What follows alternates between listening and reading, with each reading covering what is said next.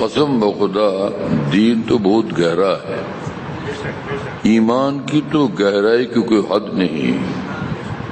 ایمان اتنا گہرا معاملہ ہے کہ کیا کہیے. سینے میں ایمان آتا ہے، ہمیشہ عرش اعظم کے ساتھ اس کا ایک تعلق قائم رہتا ہے. بات سمجھ میں آتی ہے میرے دوستو؟ ہاں.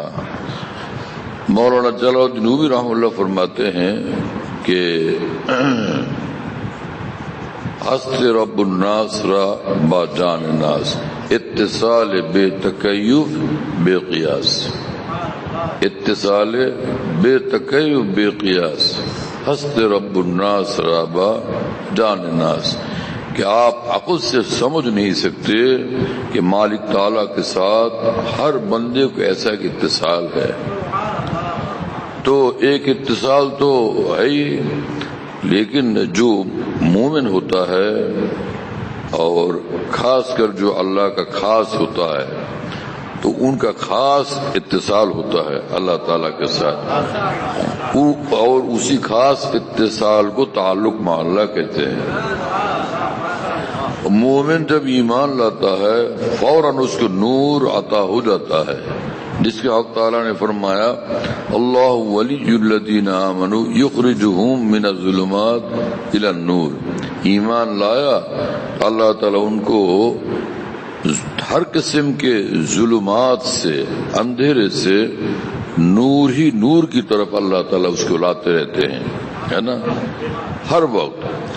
اس سے یہ بات بالکل واضح ہو جاتی ہے ایمان کے راستے کا کوئی بھی عمل ہو وہ نور والا ہے، وہ موجب نور ہے، مقرب الی اللہ ہے.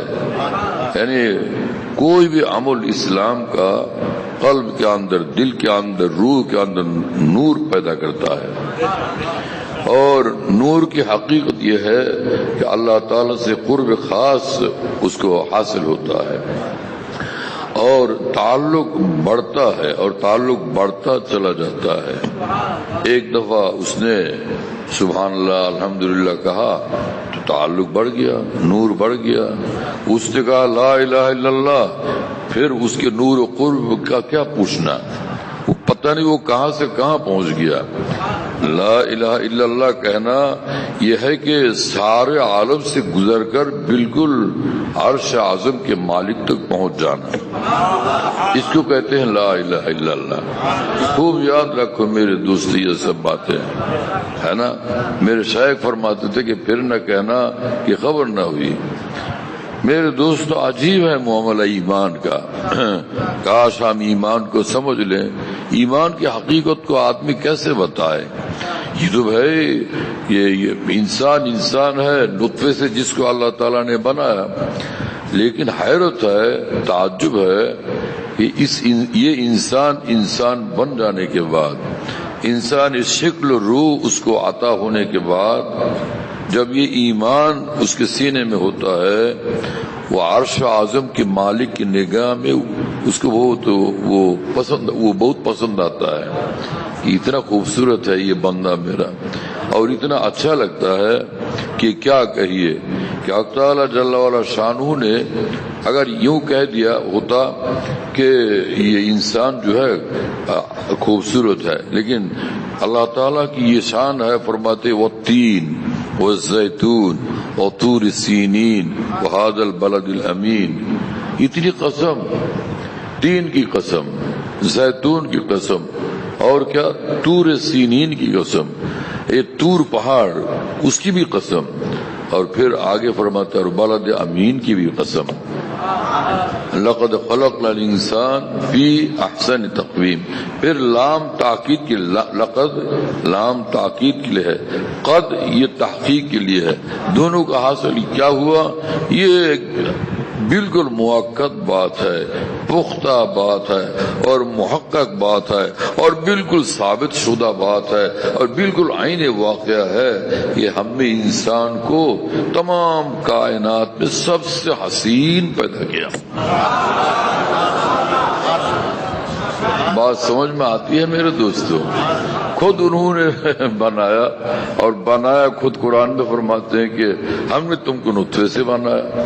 اچھی بات ہے کہ آپ نے نطفے سے بنایا، لیکن آپ ہی نے تو اتنی قسم اٹھائی ہے خود ہی فرماتے ہیں نطفے سے اس کو پیدا کیا، اور خود ہی قسم بر قسم حتیٰ کہ طور کی قسم، حتیٰ کہ بلد امین کی قسم اٹھا کر، قسم کھا کر خود فرماتے ہیں کہ آئی انسان تجھ کو ہم نے سب سے حسین بنایا ہے۔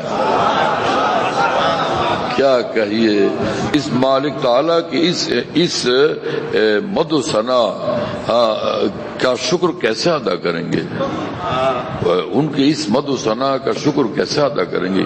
انسان کا جو تعارف انہوں نے خود پیش کیا اور اس انداز سے پیش کیا، اس کا شکر کیسے ادا کیا جائے؟ اگر یعنی ہزارہا قیامت قائم ہو، لاکھوں کروڑوں قیامت قائم ہو، اور اتنی مدت تک انسان صرف اس ایک نعمت کے شکریہ کے لیے سجدے میں یعنی ہر وقت سر و سجود ہو، قسم بخدا ایک ذرہ سا شکر بھی نہیں ادا ہو سکتا صرف اس ایک نعمت کا کہ انسان کو حسین بنایا، اور اتنا حسین بنایا انسان کو خود ہی فرماتے ہیں فلاں سے نگاہ بچانا ابھی اتنا خود انہوں نے حسین بنایا، اب خود ہی کہتے ہیں کہ دیکھو وہ اتنا حسین ہے، اس کے حسن سے نگاہ بچانا آپ پر ہم نے فرض کر دیا۔ وہ امرد ہے، اس سے نگاہ بچاؤ۔ بھائی تو نطفے سے آپ نے اے اللہ بنایا تو پھر کیا ہوگا؟ کہتے کہ نہیں، اب وہ نطفہ کہاں ہے، وہ شدت جاذبیت ہے اس کے اندر، تمہیں پاگل بنا دے گا یہ تمہیں پاگل کر دے گا، ہے نا؟ اس کے چکر میں آؤ گے تو بہت مصیبت میں پھنس جاؤ گے، ہے نا؟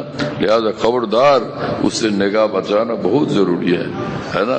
قل للمؤمنین یغضوا من ابصارہم، اور اپنے پیغمبر سے فرماتے ہیں صلی اللہ علیہ وسلم، آپ ذرا ہمارے ساتھ تعلق رکھنے والوں سے کہہ دیا کیجئے یہ نگاہ اپنی نیچی رکھے، کیونکہ ادھر دیکھیں گے تو ہمارے ساتھ جو تعلق ہے، ہر وقت جو ہماری طرف دھیان قائم رہتا ہے، ہمارے ساتھ دل ان کا لگا ہوا رہتا ہے، پھر یہ نگاہ ان کی ہٹ جائے گی، رخ اور کسی طرف ہو جائے گا جو ہمیں برداشت نہیں ہے، جو ہم ہرگز پسند نہیں کرتے، برداشت نہیں کرتے، وہ ہمارا ہے، وہ غیروں کی طرف کیوں دیکھے گا؟ یہ ایمان کہتے ہیں اس کو میرے دوستو۔ ایمان عجیب و غریب معاملہ ہے نا؟ ایمان تو یہ ہے کہ توحید میں ڈوب جانا، توحید میں بالکل ڈوب جانا، توحید میں بالکل فنا ہو جانا۔ عارفین نے بڑی کوششیں کی ہیں کہ مالک تعالیٰ کے ساتھ یہ تعلق کے رنگ کو کیسے بیان کرے، مختلف انداز سے ان حضرات نے کوشش تو کی ہے، لیکن اتنی کوشش کے باوجود تمام کوششیں نامکمل رہی۔ حقوق توحید کو بیان کرنے سے سب کے سب بالکل عاجز رہ گئے۔ بات سمجھ میں آئی میرے دوست؟ کسی نے کسی طرح سے کہا، کسی نے کسی طرح سے کہا، جیسا کہ ایک بزرگ نے فرمایا کہ موحد چے بر پائے ریزی دھرش، چے فولاد ہندی نہیں برسرش، امید و حراست نباشد ز کس، ہمیں نسق بنیاد توحید و بس۔